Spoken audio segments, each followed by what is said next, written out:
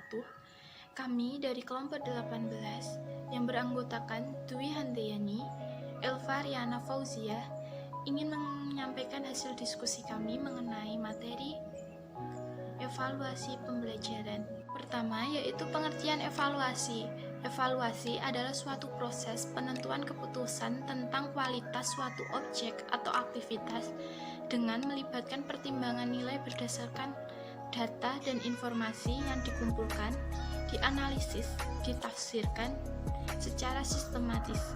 Jenis evaluasi sendiri dibagi menjadi 4, yaitu yang pertama adalah evaluasi berdasarkan tujuan, dan yang kedua adalah evaluasi berdasarkan sasaran, dan yang ketiga adalah evaluasi berdasarkan lingkup kegiatan, dan yang terakhir adalah evaluasi berdasarkan objek dan subjek.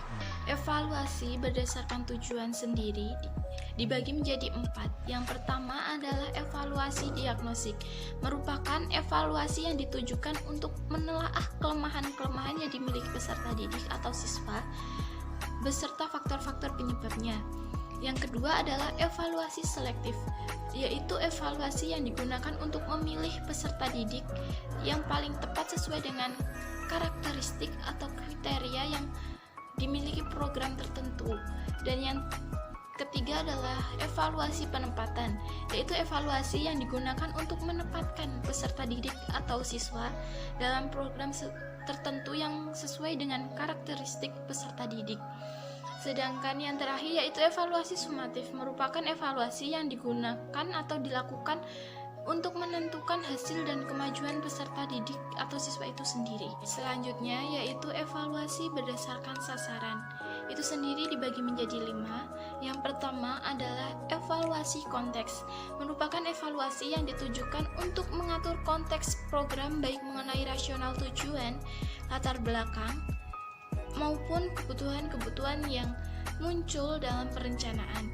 Dan yang kedua adalah evaluasi input, evaluasi yang diarahkan untuk mengetahui input baik sumber daya maupun strategi yang digunakan untuk mencapai tujuan. Dan yang ketiga adalah evaluasi proses, yaitu evaluasi yang ditujukan untuk melihat proses pelaksanaan baik mengenai kelancaran proses, kesesuaian dengan rencana, faktor pendukung, dan faktor hambatan yang muncul dalam proses pelaksanaan dan sejenisnya. Dan yang keempat adalah evaluasi hasil atau produk, merupakan evaluasi yang diarahkan untuk melihat hasil program yang dicapai sebagai dasar untuk menentukan keputusan akhir, dibaiki, dimodifikasi, dan ditingkatkan atau dihentikan. Dan yang terakhir adalah evaluasi lulusan, merupakan evaluasi yang diarahkan untuk melihat hasil belajar peserta didik atau siswa lebih lanjut, yakni evaluasi lulusan setelah terjun ke masyarakat. Ketiga, yaitu evaluasi berdasarkan kegiatan lingkup. Itu dibagi menjadi 3. Yang pertama adalah evaluasi program pembelajaran, merupakan evaluasi yang menyangkut terhadap tujuan pembelajaran, isi program pembelajaran, strategi belajar mengajar, aspek-aspek program pembelajaran yang lain. Dan yang kedua adalah evaluasi proses pembelajaran, merupakan evaluasi yang mencakup kesesuaian antara proses pembelajaran dengan garis-garis besar program pembelajaran yang ditetapkan maupun guru dalam melaksanakan proses pembelajaran, kemampuan peserta didik dalam mengikuti pembelajaran. Dan yang ketiga adalah evaluasi hasil pembelajaran, merupakan evaluasi hasil belajar mencakup tingkat penguasaan peserta didik terhadap tujuan pembelajaran yang ditetapkan, baik umum maupun khusus, ditinjau dari aspek kognitif, afektif, dan psikomotor.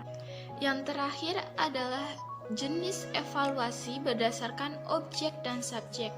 Yang berdasarkan objek sendiri dibagi menjadi 3. Yang pertama adalah evaluasi input, yaitu evaluasi terhadap peserta didik yang mencakup kemampuan kepribadian, sikap, dan keyakinan.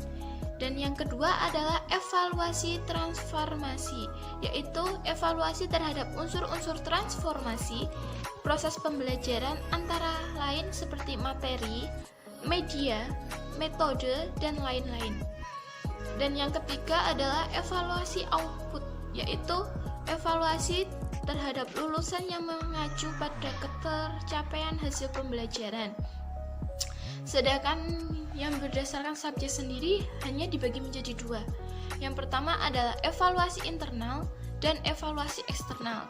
Evaluasi internal yaitu evaluasi yang dilakukan oleh orang dalam sekolah sebagai evaluator, misalnya seperti guru.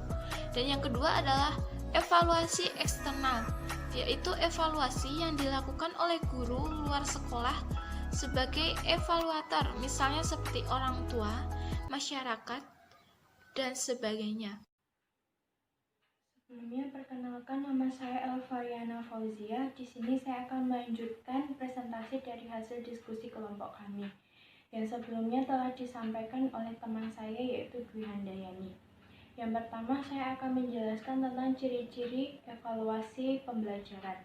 Ada 5 ciri evaluasi dalam pendidikan sebagaimana yang telah diungkapkan oleh Suharsini, yaitu ciri pertama, penilaian dilakukan secara tidak langsung. Sebagai contoh, mengetahui tingkat intelijen seorang anak akan mengukur kepandaian melalui ukuran kemampuan menyelesaikan soal-soal. Dalam acuan bahwa tanda-tanda anak yang intelijen adalah anak yang mempunyai 1. Kemampuan untuk bekerja dengan bilangan. 2. Kemampuan untuk menggunakan bahasa yang baik. 3. Kemampuan untuk menganggap sesuatu yang baru atau cepat mengikuti pembicaraan orang lain. 4. Kemampuan untuk mengingat-ingat. 5. Kemampuan untuk memahami hubungan. 6. Kemampuan untuk berfantasi. Ciri kedua dari penilaian pendidikan yaitu penggunaan ukuran kuantitatif. Penilaian pendidikan bersifat kuantitatif, artinya menggunakan simbol bilangan sebagai hasil pertama pengukuran. Ciri ketiga dari penilaian pendidikan yaitu bahwa penilaian pendidikan menggunakan unit-unit untuk satuan-satuan yang tetap, karena IQ 105 termasuk anak normal. Ciri keempat dari penilaian pendidikan yaitu relatif, artinya tidak sama atau tidak selalu tetap dari satu waktu ke waktu lain. Ciri yang kelima dalam penilaian pendidikan yaitu bahwa dalam penilaian pendidikan itu sering terjadi kesalahan-kesalahan. Adapun sumber dapat ditinjau dari berbagai faktor, yaitu faktor yang pertama terletak pada alat ukurnya. Alat yang digunakan untuk mengukur haruslah baik. Sebagai misal, kita akan mengukur panjang meja tetapi menggunakan pita ukuran yang terbuat dari bahan elastis dan cara mengukurnya ditarik-tarik.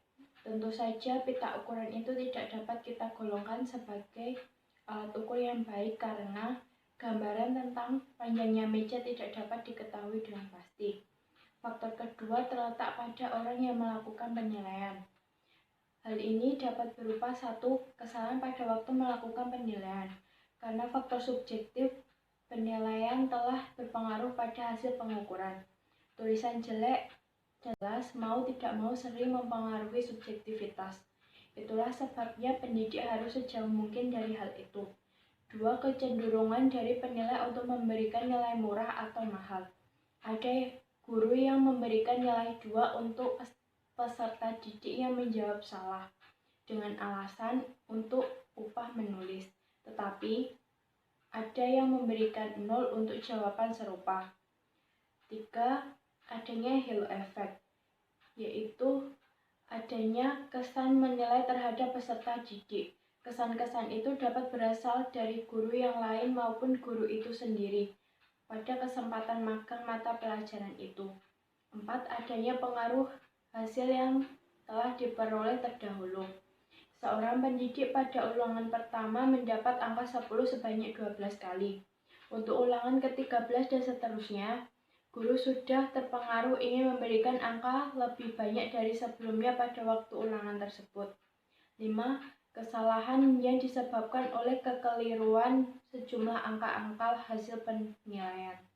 Faktor yang ketiga yaitu terletak pada anak yang dinilai. 1. Siswa adalah manusia yang berperasaan dan bersuasana hati. Suasana hati seseorang akan berpengaruh terhadap hasil penilaian. 2. Keadaan fisik ketika peserta didik sedang dinilai. 3. Nasib peserta didik kadang-kadang mempunyai peranan terhadap hasil penilaian. Faktor yang keempat terletak pada situasi di mana penilaian berlangsung. 1. Suasana yang gaduh, baik di dalam maupun di luar ruangan akan mengganggu konsentrasi peserta didik. Demikian pula tingkah laku kawan-kawannya yang sering mengerjakan soal. 2. Pengawasan terhadap penilaian. Tidak menjadi rahasia lagi bahwa pengawasan yang terlalu ketat tidak akan disenangi oleh peserta didik yang suka melihat ke kanan dan ke kiri. Yang terakhir, saya akan menjelaskan tentang fungsi dan tujuan evaluasi pembelajaran. Fungsi utama evaluasi dalam pembelajaran dapat dikelompokkan ke dalam 4 fungsi, yaitu 1. Fungsi formatif. Evaluasi dapat memberikan umpan balik bagi guru sebagai dasar untuk memperbaiki proses belajar mengajar dan mengadakan program remedial bagi siswa yang belum menguasai sepenuhnya materi yang dipelajari. 2. Fungsi sumatif. Evaluasi dapat memengaruhi tingkat penguasaan siswa terhadap materi pelajaran, menentukan angka nilai sebagai bahan keputusan kenaikan kelas, dan laporan perkembangan belajar siswa serta dapat meningkatkan motivasi belajar siswa. 3. Fungsi diagnostik. Evaluasi dapat mengetahui latar belakang siswa yang mengalami kesulitan belajar. 4. Fungsi seleksi dan penempatan, yaitu hasil evaluasi dapat dijadikan dasar untuk menyeleksi dan menempatkan sesuai dengan minat dan kemampuan. Evaluasi menurut syarat-syarat psikologis bertujuan agar guru mengenal siswa selengkap mungkin dan siswa mengenal dirinya seutuhnya. Di samping itu, evaluasi juga berguna untuk mempertinggi hasil pengajaran. Karena itu, evaluasi tidak bisa dipisahkan dari belajar dan mengajar. Dan intinya adalah evaluasi belajar dengan tujuan untuk memperbaikinya. Evaluasi harus dilakukan oleh semua yang bersangkutan, bukan hanya guru tetapi juga siswa. Maka tujuan evaluasi pembelajaran meliputi 1. Untuk melihat produktivitas dan efektivitas kegiatan belajar mengajar. 2. Untuk memperbaiki dan menyempurnakan kegiatan guru. 3. Untuk memperbaiki, menyempurnakan, dan mengembangkan program belajar mengajar. 4. Untuk mengetahui kesulitan-kesulitan apa yang dihadapi oleh siswa selama kegiatan belajar dan mencarikan jalan keluarnya. 5. Untuk menempatkan siswa dalam situasi belajar mengajar yang tepat sesuai dengan kemampuannya.